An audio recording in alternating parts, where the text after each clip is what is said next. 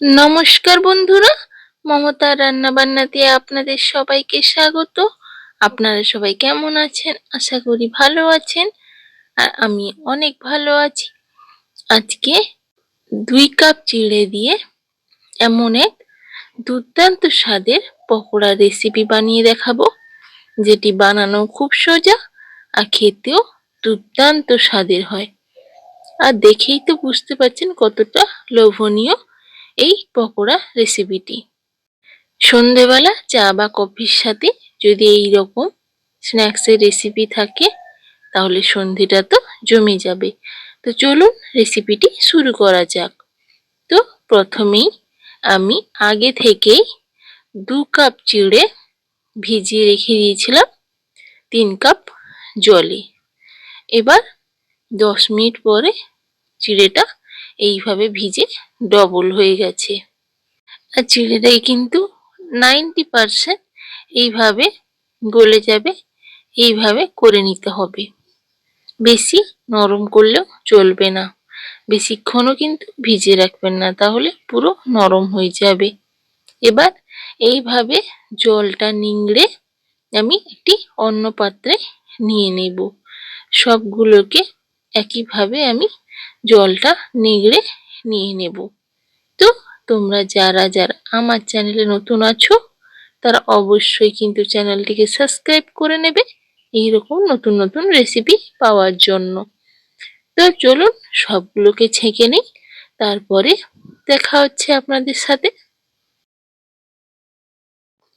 তো এখানে আমি সবটাকে ছেঁকে নিয়েছি। এবার এইভাবে হাত দিয়ে দোলে দোলে আমি চিড়েটাকে একদম নরম করে নেব। এইভাবে মাখিয়ে নিতে হবে যাতে চিড়েটা 90% পুরো গলে যায়।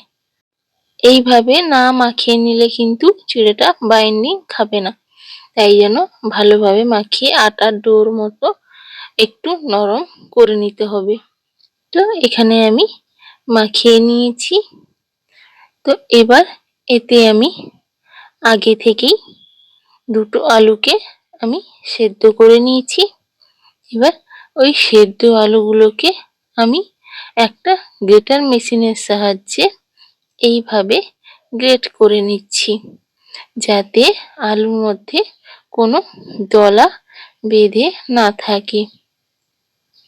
এইভাবে গ্রেট করে নিলে কোনো দলা থাকে না, পুরো ভালোভাবে মেল্ট হয়ে যায়।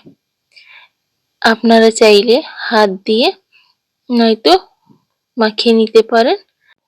হাত দিয়ে মাখালে আলুটা দলা থেকে যেতে পারে, তাই জন্য এইভাবে গ্রেটার মেশিনের সাহায্যে আলুটাকে এইভাবে গ্রেট করে নেবেন।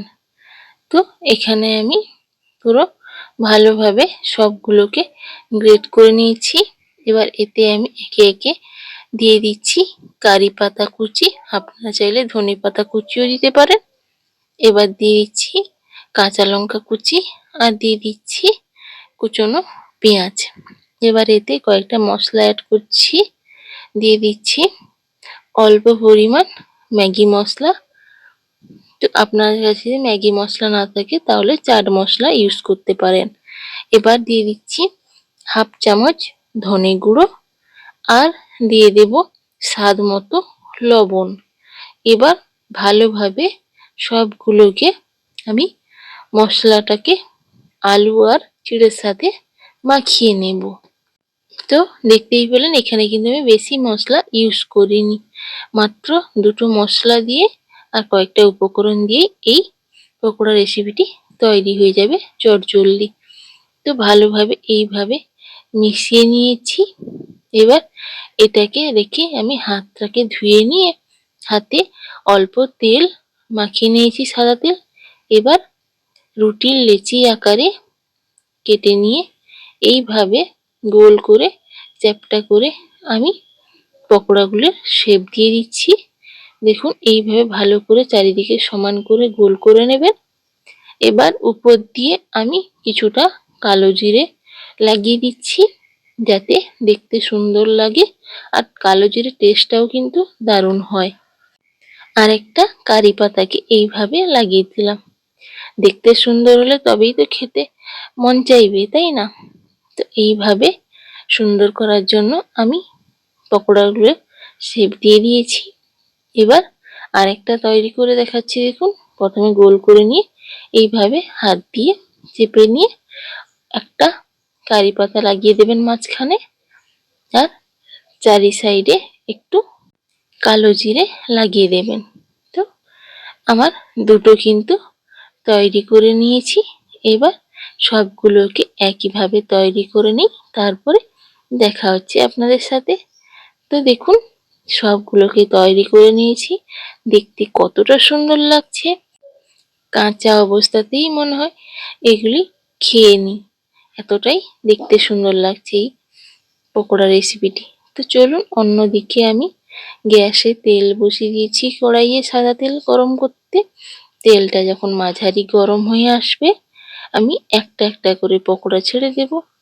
আর পকোড়াগুলো কিন্তু 2 সেকেন্ড পর পর ছাড়বেন। পরপর ছেড়ে দিলে কি হবে, পকোড়াগুলো জ্বলে যেতে পারে, তাই জন্য 2 সেকেন্ড পর পর একটু সময় নিয়ে ছেড়ে দেবেন। তো এখানে আমি যতটুকু ধরে ততটুকু দিয়েছি। এবার পকোড়াগুলোকে আমি 2 মিনিট থেকে 3 মিনিট কোনো নাড়াচাড়া করব না, লো টু মিডিয়াম ফ্লেমে এইভাবে ছেড়ে দেব। সঙ্গে সঙ্গে নাড়াচাড়া করলে কিন্তু খুন্তিতে লেগে যেতে পারে আর পকোড়াগুলি ভেঙে যেতেও পারে। তাই জন্য 2 থেকে 3 মিনিট যখন হয়ে যাবে, তারপরে পকোড়াগুলোকে এইভাবে আস্তে আস্তে করে আমি আরেক পিঠ উল্টে পাল্টে নেব। তো এইভাবে 2 পিঠ আমি উল্টে নিচ্ছি। এবার এগুলোকেও আমি ততক্ষণ অবধি ভাজবো যতক্ষণ না এগুলো হালকা লাল লাল না হয়ে যাচ্ছে। তো গ্যাসের আঁচ কিন্তু মিডিয়ামে রেখে এইভাবে পকোড়াগুলিকে ভেজে নিতে হবে লাল লাল করে। তো দেখুন, এখানে কিন্তু আমি লাল লাল করে ভেজে নিয়েছি। তো পকোড়াগুলি কিন্তু এখন রেডি হয়ে গেছে একদম। এবার এগুলোকে আমি ছান্তার সাহায্যে ছেঁকে তুলে নিচ্ছি। দেখুন, দেখতে কতটা সুন্দর লাগছে উপর দিয়ে। এবার বাকিগুলোকেও আমি একইভাবে ভেজে নেব। তো সবগুলোকে আমি একইভাবে ভেজে নিই, তারপরে দেখা হচ্ছে আপনাদের সাথে। তো চ্যানেলে নতুন হয়ে থাকে চ্যানেলটিকে অবশ্যই কিন্তু সাবস্ক্রাইব করে নেবেন এইরকম নতুন নতুন রেসিপি পাওয়ার জন্য। তো দেখুন, সবগুলোকে ভেজে নিয়েছি। দেখতে অসম্ভব লোভনীয় একটা মুচমুচে রেসিপি মনে হচ্ছে। তো একবার এইভাবে বাড়িতে বানিয়ে দেখবেন, অসম্ভব সুন্দর হয়। আর নাস্তাটা কিন্তু অনেকটা হেলদি, যেহেতু চিড়ে দিয়ে বানানো। তো কেমন লাগলো আজকের রেসিপিটি অবশ্যই কিন্তু কমেন্ট করে জানাতে ভুলবেন না। আর রেসিপিটি যদি ভালো লেগে থাকে, ভিডিওটিতে একটি লাইক করে দেবেন আর চ্যানেলটিকে সাবস্ক্রাইব করতেও ভুলবেন না। তো সবাই ভালো থাকবেন, সুস্থ থাকবেন। দেখা হবে আবারও একটি ভিডিওতে। ততক্ষণের জন্য টাটা, রাধে রাধে।